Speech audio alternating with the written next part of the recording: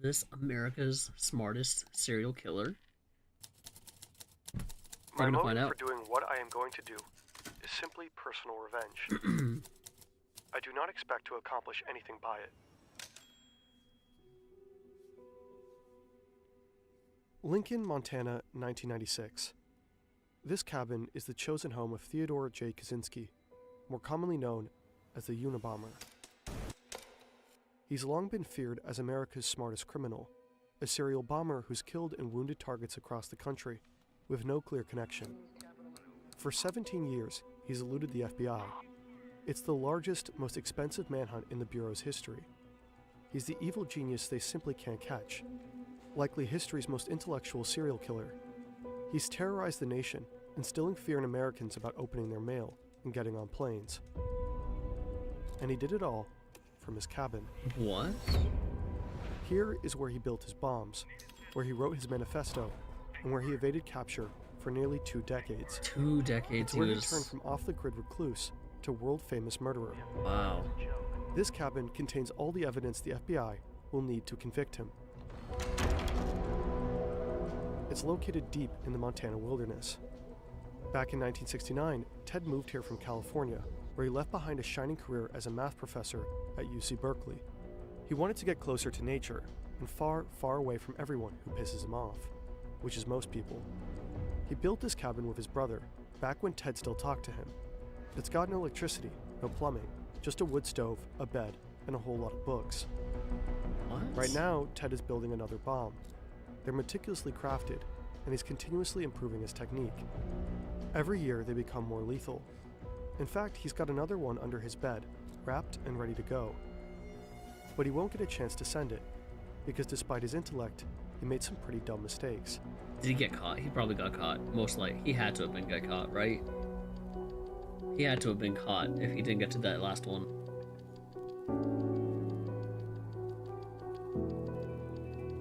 It's like a full movie.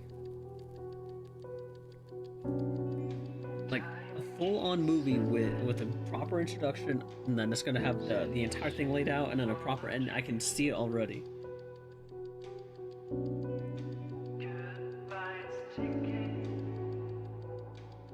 And a lot of people would have gone into it.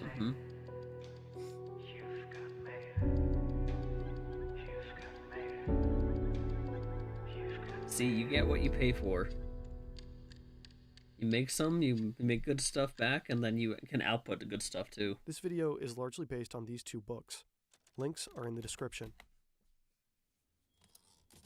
We attribute the social and psychological problems of modern society to the fact that society requires people to live under conditions radically different from those under which the human race evolved. Interesting. Born in 1942, Ted grows up in a pretty average family in the suburbs of Chicago. They're working-class Polish Americans. His parents are politically progressive, bookish and intellectual, and really into the outdoors. They're strict but loving. At least, that's how they remember it. It becomes obvious at a young age that Ted is exceptionally gifted, so his parents push him to succeed. He skips 2 grades and easily aces every class. Wow. He's a pretty normal kid for someone with an IQ of 168. Sure, Ted is quiet, shy around girls, and arrogant, but he has a core circle of friends and plenty of hobbies. Like his parents and brother, he loves playing music, reading, and camping. People like Ted. They'll later remember him as a sensitive, respectful kid. So what happened? What changed him? Something must have. All that starts to change when Ted enrolls at Harvard University at just 16 years old. Like many college freshmen, Ted struggles to adjust. Here, he no longer feels like the smartest person in every room. And as a working-class kid thrown into the world of America's elite, he's a fish out of water. Other students and even faculty mock his shabby clothes and blue-collar background. That's messed He's up. deeply bothered by their snobbery, pain that will follow him through life. It's unfortunate. People are mean, you know. Ted's also just really young, Just the way it is. younger than almost but it's everyone else on unfortunate. campus. As an adult, Ted will write his mother furious letters about this. He demands apologies for pushing him out of the house before he was ready. Ted becomes depressed, and his grades suffer.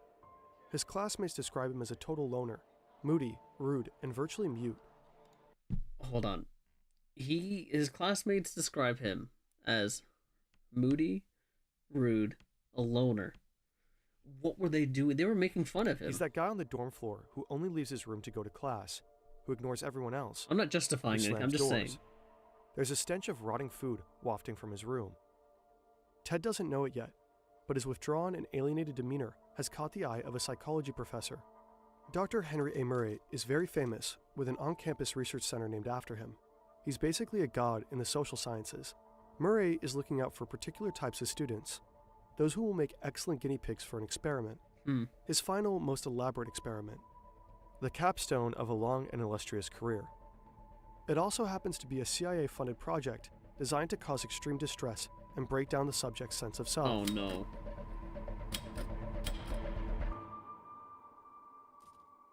Clearly, we are in a position to do a great deal of damage, and it does appear that the FBI is not going to catch us anytime soon. The Oh, FBI no. is a joke. It's the 1970s in San Francisco.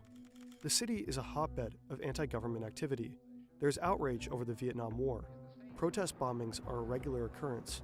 Explosions happen every week up through the mid-80s. The FBI dubs it the Belfast of North America. Radical far-left groups like the Weather Underground and the Symbionese Liberation Army claim credit for many of the bombings. So most of the cases are pretty straightforward in terms of understanding motive and perpetrator. But amidst all of this, the FBI's San Francisco bomb squad makes a shocking discovery. 12 mysterious, similarly built bombs can be linked to one elusive killer or group. They have next to nothing to go on. Just for whatever unknown reason, this string of explosives seems to target universities and airlines. What? Whoever is building these bombs is an expert crafter and careful to not leave any DNA behind. Not a hair, not a fiber. They're encased in beautiful handmade wooden boxes. There are no eyewitnesses to the bombings and no letters from organizations claiming credit. Wow. The victims appear to be scattershot of random people.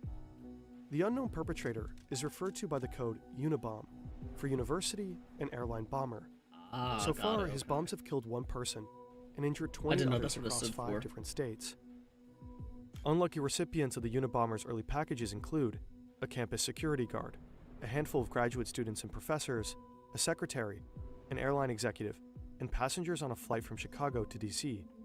Some are injured. So did this professor, like, that's funded by the CIA, did he do something to this guy to cause Quite badly. more distress and harm to other people? The first death is in 1985.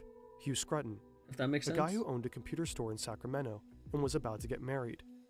What does he have to do with anything at all? Far away in his cabin, Ted reads about his death and chuckles to himself. He hears that the FBI offers a $25,000 reward for any information. He's flattered. The Unabomber is making waves. He's flattered. Not bad for the actions of one man in a 10 by 12 foot shack with no electricity, running water, or phone service. Pretty hard to imagine now. These days, connection isn't optional. It's how we get around, check in, look stuff up, call for help, all of it. That's where Saley comes in. With affordable global data in over 200 destinations and regions, Saley is the eSIM provider that keeps you online while abroad. Forget hunting down local SIM cards or getting slammed by roaming charges. With Saley, you'll be covered before you even leave home. Just download the app, pick your destination, and activate your plan. Once you arrive at your destination, your Saley data plan will activate automatically, and you'll never get stranded without service again. Saley gives you a heads up when your data is running low. You can top up in seconds. Simply download the Saley app and use code FERNTV to get an exclusive 15% discount on your first purchase. Money back guarantee in case your device is not compatible. Back to Ted. All right, back Here to in his Ted. cabin, he's got everything he needs. Snowshoes, maps, a homemade chair, a cot, a typewriter, and hundreds of books. Scraps from junkyards and jars of chemicals for making his bombs. Binders and binders full of notes. All kinds of disguises for delivering the bombs, like wigs and sunglasses, and shoes with fake soles. It's crammed to the gills, with wigs and sunglasses, and shoes with... He basically took, like, Converse shoes and put other soles on there. Wow. fake soles. It's crammed to the gills, but meticulously organized. At this point, the FBI has zero promising leads. and by the end of it all, they'll never actually find the perpetrator themselves. The bomber is always several steps ahead of them. They'll pursue thousands of dead ends, spend hundreds of thousands of taxpayer dollars, and pour countless man-hours into this case. They have no idea why he's targeting the people that he is. But the bombs are so precise, so well crafted. There's gotta be a motive, right? Maybe these are the same people who hurt In him. 1987, there's finally a break in the case. The Unabomber plants a package outside a Salt Lake City computer store, and a lady spots him. He's wearing a gray hoodie, sunglasses, and sporting a mustache. The police create a sketch and post it all around the country. The bombings immediately stop, and for 5 years, nobody hears anything from the Unabomber. Yeah, he All had to kinds stay of people quiet, call him didn't with he? tips, but the leads go nowhere. The case pretty much goes cold, but the FBI know that it's only a matter of time before he'll strike again. They're sure he's using the time to perfect his bombs. And they're right. In his cabin, Ted is finessing his technique. The upcoming bombs will be a whole lot more lethal. But, as the world will soon find out, he is also busy writing. He doesn't just want his explosives to do the talking. He's crafting a manifesto, one that claims to explain what the mysterious string of bombings is all about.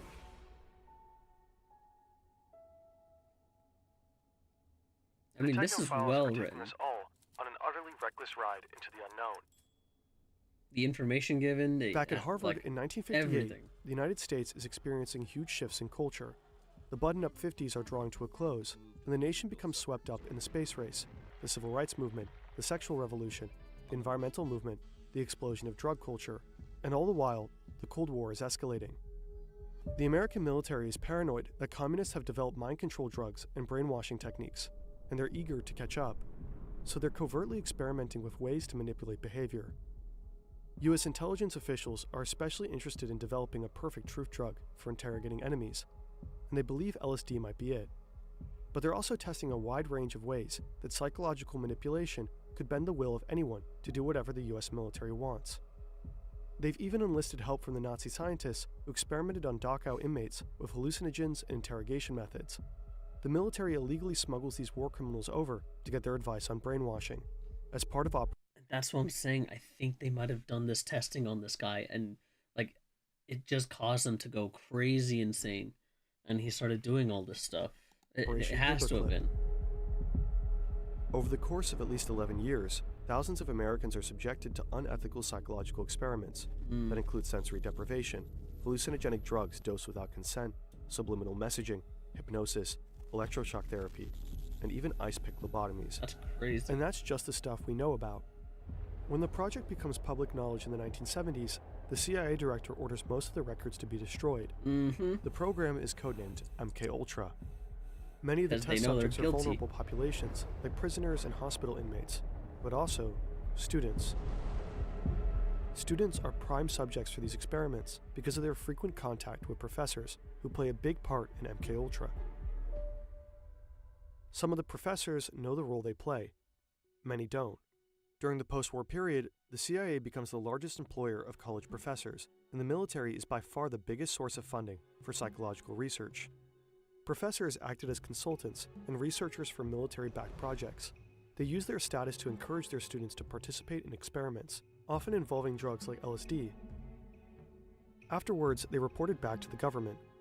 Harvard becomes heavily involved in Army-sponsored studies. Don't you think One someone of would the be CIA's investigating main men this on at that campus time? is the superstar psych professor Henry Murray. Like, it would have been Murray something is to well known for investigate his studies or of be looking personality, into. and since the CIA's beginnings, his theories have influenced how they recruit new agents and how they interrogate suspects. When Murray and young Ted Kaczynski cross paths, Murray is at the end of his career, and he recruits Ted for his final, most elaborate experiments. They're meant to assess the effects of stress and harsh interrogation on gifted male students. Murray wants to know, what will it take to break an educated, intelligent man? The setup is simple. Okay. Ted and 21 other students are asked to write an essay about their most deep-seated beliefs. Then they're told they'll discuss their beliefs with a fellow undergrad. The experiment aims to compare the effects of stress on college men who seem psychologically healthy and well-adjusted, with students who seem alienated, pessimistic, and lacking in identity. Ted is most likely recruited for the second group because he's showing signs of depression. A perfect candidate. Ted's personal essay stands out as the most pessimistic of them all. It suggests that he was already vulnerable before the abusive test began. He is also the youngest and the poorest in the group. The students are told this exercise is just to study different personalities. In truth, now the real experiment begins. The essays are handed to lawyers trained in manipulation, who are instructed to attack the values expressed in them. It's messed up, The students dude. endure harsh interrogations in brightly lit rooms. They face calculated personal critiques designed to humiliate and erode their sense of self. All the while, electrodes monitor their stress responses. Later, they have to watch these stressful and humiliating moments on video, over and over again, for 3 years. Oh my gosh. As Murray himself describes it, the tests were designed to be abusive. He's had a lifelong fascination with pain and stress and is known to have a sadistic streak. Plenty of participants will later report the experience to be deeply unpleasant, with lasting trauma. But Ted's responses are the most extreme in every category. Murray's team identifies him as the most traumatized of all. Yes, I mean, Ted Kaczynski got MK-Ultra'd. You can read all about it at CIA.gov. the fact that he was bullied and people are calling him a loner, and whatnot, they started it. Technically, the people at Harvard, his classmates, started it, in my opinion. And I'm not trying to say that, oh, they deserved whatever had come to them, but the reason why he said what he said and felt what he felt is because of the people around him. In consequence, many claim the CIA created the Unabomber, but that's an oversimplification. It's not so easy to prove how much effect the experiments had on Ted's turn to terrorism. None of the other students in the experiment are known to have become killers. Some psychologists believe the experiments were stressful enough to create anger problems in Ted, or even aggravate latent schizophrenia. But other psychologists evaluate him as undeniably sane. Ted himself dismissed the idea that the tests were anything resembling psychological torture. He was very invested in being seen as psychologically healthy until the bitter end. He's taken great pains to not be painted as damaged or crazy. He wanted his murders to be understood in the context of his beliefs, not his personal history. If people saw his actions as a result of trauma or madness, it would invalidate his ideas. Ideas that formed his last year at Harvard. What? I'm so confused. Why do it then? Why? Ted becomes increasingly disillusioned with the industrial technological system. He comes to believe that technology is slowly destroying humanity and eroding our freedom. He's horrified by widespread psychological suffering and how industrial technology has severely damaged the planet. He's certain that it'll only get worse the more technology develops. So anyone who helps advance technology in any way is the enemy. I mean, technically he was right about technology being bad, business in a people, way. what Ted calls the technician class. Ted starts having revenge fantasies and becomes obsessed with how society enforces obedience with psychological controls. He daydreams about breaking away from society and living off the grid. Ted graduates Harvard and goes on to get his PhD in math at the University of Michigan. Wow. He's quickly establishing himself as a brilliant mathematician and is offered a tenure-track position at UC Berkeley as their youngest professor ever. His students don't like him very much, but he's publishing groundbreaking papers on boundary functions. But Ted resigns one day without warning. He tells his family that he's done with teaching math to future engineers who will advance the industrial technological system and continue destroying the planet. Ted buys a bit of land near Lincoln, Montana, and builds a cabin with his brother. He's ready to escape the advanced technology that surrounded him at UC Berkeley. He wants to live a simpler life, far away from everyone he's ever known. And then, he starts to build his first bomb. Kind of unsettling, isn't it? Like, it leads into all this. In industrial society, propagate anti-industrial ideas, and give encouragement to those who hate the industrial system. In 1993, the Unabomber strikes twice after a 6-year hiatus. Two prominent researchers, a computer scientist and a geneticist, receive packages the size of a VHS tape. The bombs detonate upon opening, and both professors are badly injured. Shortly after, the New York Times receives a typewritten letter. It claims credit for the bombs and says the public should expect more to come. In 1994 and 1995, the Unabomber succeeds in killing 2 people with his mail bombs, an advertising executive and a forestry lobbyist. As feared, his explosives have become notably more sophisticated. Bombings are usually accompanied with demands for money or some kind of action. What made the Unabomber so difficult to understand and to find is that his bombs never came with any requests. Even if you think certain things and believe that certain people should be offed in a sense. Like you shouldn't. This is not the way to do it, right? You should seek a therapist. Honestly, you should be able to talk to someone about your feelings about such things, so that way you can just let it out, and you wouldn't have become this. But also at the same time, he shouldn't have signed up for the study. They He seem to be shouldn't have. built only to cause fear, injury, and death. That the professor got him into. 17 years after starting his bombing spree, Worst thing Unabomber ever. finally makes his demands known. He writes the New York Times again, announces that he will permanently desist from terrorist activities if they publish a 56-page manifesto. The request kicks off a fierce debate within the FBI and the newspaper, to publish or not to publish.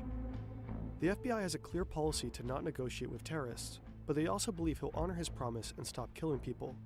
After all, this is what the bombs were seemingly for, to force people to pay attention to his views. Plus, they still lack leads. If the public reads the manifesto, someone might be able to identify the Unabomber, so the manifesto is published. The FBI decides it should just be the Washington Post, though, because it has fewer readers and the newspaper's stands will be easier to surveil. So they think. Interest in the Unabomber is huge. Newspaper sales hit a record high that day, with lines snaking around the block. Across the country, Americans are eager to finally read what the Unabomber has to say. The manifesto opens with an iconic line. The Industrial Revolution and its consequences have been a disaster for the human race. And though the manifesto is an argument that calls for dismantling industrial society, it's also, unwittingly, a self-portrait. Within its pages, the Unabomber has accidentally unmasked himself. Oh no. Actually, not oh no, but like, David and good, Ted, though 7 years apart and very different, what did he grew up say? close and loved each other very much. His brother As adults, probably they had impassioned noticed. philosophical debates by mail and shared a lot of the same views. David also worried about technology's destructive effect on humanity. He'd also spent some time living off the grid in a self-made cabin. But David wasn't a killer. When the manifesto is published, he hasn't spoken to his brother in a long time. Ted cut him out when David got married and refused to answer any of his letters. David's wife Linda, a philosophy professor, has a funny feeling about Ted, whom she never met. As the bombings stack up and some of the timings coincide with Ted's travels, Linda tells David, "You've got a screwy brother. Maybe he's the Unabomber." David doesn't want to hear it. Linda doesn't know Ted the way David does. He'd never kill anybody. As a kid, Ted used to cry at the thought of animals getting hurt. Whoa. But when the manifesto is finally published, David avoids reading it. He doesn't want to admit the similarities. That, like the Unabomber, Ted is an excellent carpenter, and that he had a lifelong fascination with explosives, and that some of the dates match up perfectly with Ted's travels. David only reads it when Linda insists. His jaw literally drops from the first few lines. The killer, like Ted, also hates technology. As it continues, David recognizes idiosyncratic word choices and logical arguments that Ted uses all the time. There is no escaping the truth. He knows. Ted is the Unabomber. So after some moral qualms about betraying his brother, David alerts the FBI. That's gotta be rough to put your own family member, right?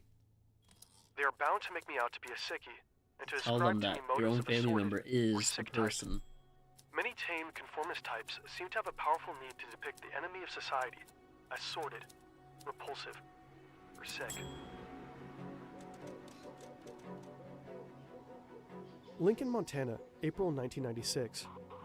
With the tip from David, the feds are staking out Ted's cabin. The investigation is meant to be conducted quietly, but they're interviewing local townspeople, trying to collect more evidence on Ted. Right now, all they have is the linguistic similarities in the manifesto and old letters from Ted that David gave the FBI. The townspeople know Ted? Not exactly cold, hard proof. Enough for a search warrant, but not an arrest.